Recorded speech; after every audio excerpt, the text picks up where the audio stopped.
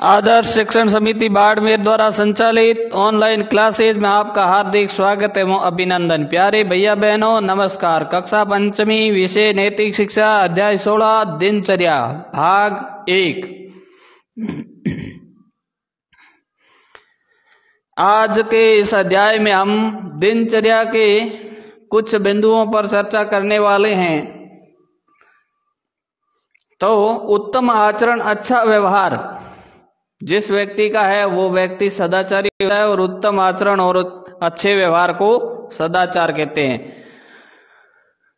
और प्रतिदिन की जो व्यवहार की प्रक्रिया है उसी को दिनचर्या कहते हैं। दिनचर्या प्रातः काल से रात्रि सोने तक संपूर्ण क्रियाकलाप जो सदाचारी हो, अच्छा व्यवहार हो, नियमानुकूल हो, तो वो श्रेष्ठ दिनचर्या होती है। अब इसका पहला बिंदु आता है प्रबोध, शय्या, त्याग। प्रबोध एवं शय्या त्याग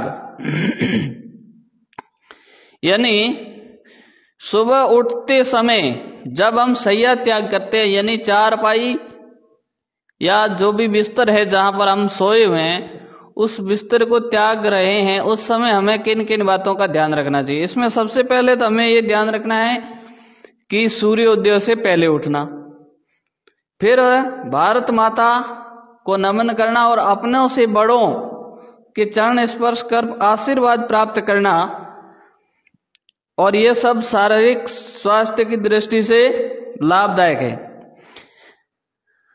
इन बातों के अलावा कुछ देवीय शक्तियों का स्मरण करना, जैसे भारत माता की स्तुति करना, सरस्वती वंदना करना, या अपने इष्ट देव का स्मरण करना, इससे हमारे चक्षु बल और ज्ञान बल, उत्साह आदि सद्गुणों का विकास होता है। सुबह उठने के बाद उद्यान या खुले मैदान में प्रातःकाल भ्रमण करना भी उत्साहवर्धक होता है। प्रातःकाल सूर्य का दर्शन भी चक्षु बल बढ़ाता है। पक्षियों की चहचहाट मन को आनंद प्राप्त करती है और सूर्योदय से पूर्व उठना चाहिए ताकि ये सभी लाभ जो अब उपरोक्त लाभ बताए गए हैं ये सभी प्राप्त हो सके। अब प्रातः उठते ही दूसरी चीज का ध्यान रखना चाहिए, वो है प्रातः स्मरण। प्रातः स्मरण का मतलब है सुबह उठते समय हमें किन किन चीजों का स्मरण करना चाहिए। तो सर्वप्रथम हमें प्रातः स्मरण के 2 श्लोक बोलना चाहिए, जिसमें पहला श्लोक तो हाथों को देखते हुए बोलना और दूसरा श्लोक हमें नमस्कार की स्थिति में देखना चाहिए, बोलना चाहिए। तो पहला श्लोक है कराग्रे वसते लक्ष्मी कर मध्य सरस्वती कर मूले तु गोविंद प्रभाते कर दर्शनम। इसका मतलब तो ये है कि हाथों के अगले भाग में लक्ष्मी का निवास होता है और मध्य भाग में सरस्वती, नीचे के भाग में विष्णु यानी ब्रह्मा जी भगवान का निवास होता है। इसलिए हमें प्रातः काल उठते समय हमारे हाथों को देखना चाहिए। दूसरा श्लोक है विष्णु पत्नी नम समुद्र वसने देवी पर्वत स्तन मंडले विष्णु पत्नी नमस्तु व्यम पाद स्पर्शम समास्वामी। यानी समुद्र रूपी वस्त्र वाली, पर्वत रूपी स्तन वाली विष्णु की पत्नी स्वरूपा हे धरती माता, धरती माता को ये समर्पित श्लोक है। मेरे द्वारा इस पैरों से जो मैं अब मेरे पैर तेरे पर रख रहा हूं, जिससे तेरे को होने वाला जो दुख है इसके लिए मुझे क्षमा करना। ये क्षमा मांगने के बाद में हमारा तीसरा बिंदु है सोच कर्म। सोच कर्म का मतलब होता है कि हमें ईश्वर का स्मरण करने के बाद हमारे शरीर की सफाई करने के लिए, अर्थात मल त्याग करने के लिए जाना होता है, निवृत्त होना। इस संबंधी कई बातें जानने योग्य हैं। तो सोच से संबंधित तो हमारा स्वास्थ्य ठीक रहे, इसके लिए हमें नियमित रूप से शौच समय पर करना चाहिए। और शौच करते समय हमें हमारा नाक और मुंह अच्छी तरह से ढक लेना चाहिए। अनावश्यक आवाजें और बातें नहीं करनी चाहिए। खड़े खड़े मल त्याग नहीं करना चाहिए।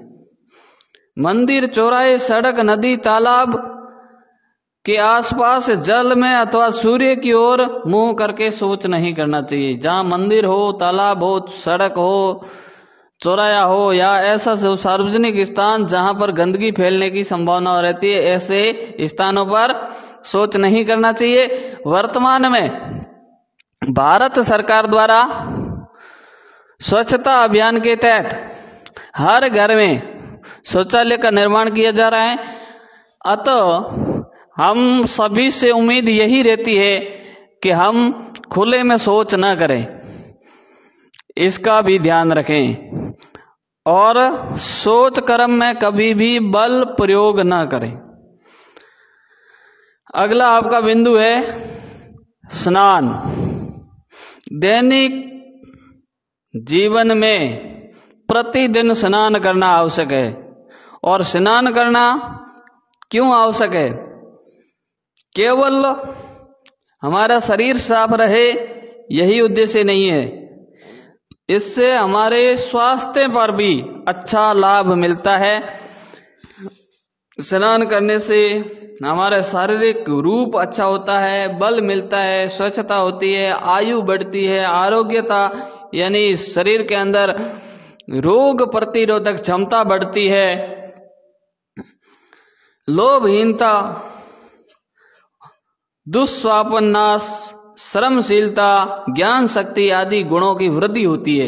इस प्रकार के कई गुण होते हैं जिनके गुणों की वृद्धि होती है। स्नान करते समय स्नान के मंत्र होते हैं, वो मंत्र बोलने चाहिए। और स्नान के कई प्रकार बतलाए गए हैं। मंत्र स्नान, मृत्तिका स्नान, अग्नि स्नान, वायु स्नान, मानस स्नान आदि। हमारे जीवन में सबसे महत्वपूर्ण स्नान है वो जल स्नान है। हम हमेशा जो जल स्नान करते हैं, स्वास्थ्य के लिए सूर्य स्नान भी उपयोगी होता है। सूर्य स्नान की विधि, अब इसमें एक विधि का उल्लेख किया गया है, सूर्य स्नान की विधि। तो सूर्य स्नान किस प्रकार किया जाता है उसके बारे में अभी पता करेंगे अपन। शरीर से वस्त्र उतार कर रख दे, केवल एक लंगोट या जंघिया ही रहे। सूर्योदय के समय 15 मिनट सीधे लेटकर प्रकाश ग्रहण करें। फिर देखें कि नासिका के किस छिद्र से श्वास तेज गति से चल रहा है। जिस छिद्र से अधिक श्वास आ रहा है उसके विपरीत करवट लेकर 15 मिनट तक प्रकाश ग्रहण करें। इसी तरह आधे घंटे तक सूर्य स्नान का अभ्यास करें। सूर्य स्नान करने का तरीका है, सूर्योदय के बाद शरीर से कपड़े उतारकर सिर्फ जंघिया या लंगोट पहनकर सीधे लेट जाना है और फिर प्रकाश को ग्रहण करना। फिर जो नासिका के ध्यान रखें कि किस नासिका छिद्र से श्वास चल रहा है, उसके विपरीत करवट लेकर के 15 मिनट और प्रकाश ग्रहण करें। इस प्रकार सूर्य स्नान किया जा सकता है। जल स्नान से तो आप सब परिचित है। यह स्नान हमें सूर्योदय से पूर्व करना चाहिए। स्नान यथासंभव ठंडे शीतल जल से ही करें। भोजन करते ही अथवा रुग्ण अवस्था में स्नान करना ठीक नहीं है। स्नान भोजन करने के बाद में नहीं करना चाहिए, रुग्ण अवस्था में नहीं करना चाहिए। अब भोजन अवस्था के बाद में स्नान क्यों नहीं करना चाहिए, इसके संबंध में मैं आपको कुछ विस्तार से बताना चाहता हूं। तो भोजन करने से पूर्व स्नान करना क्यों आवश्यक है? ये इसलिए आवश्यक है, जैसे आप खाना बनाते हैं और जब रोटी को तवे पे डाल देते हैं, तवा एकदम गर्म है और चूल्हे में जोत जल रही है, और तवा एकदम गर्म है और उस पर रोटी डालकर तुरंत तवे नीचे चूल्हे में पानी डाल देंगे, क्या वो रोटी पक सकती है? नहीं पक सकती। क्यों नहीं पक सकती? क्योंकि इसके अंदर उस रोटी को पकाने के लिए वो आग चाहिए, उस आग को आपने पानी डालकर ठंडा कर दिया। अब आप भोजन करने के बाद में यदि स्नान करते हैं तो भोजन करते हैं, उसके बाद में आपके शरीर में एक जठरा अग्नि, जो भोजन पचाने के लिए एक आग पैदा होती है, उस आग को हम स्नान के द्वारा समाप्त कर देते हैं। इसलिए हमारा भोजन, किया हुआ भोजन अच्छे तरीके से पचता नहीं है।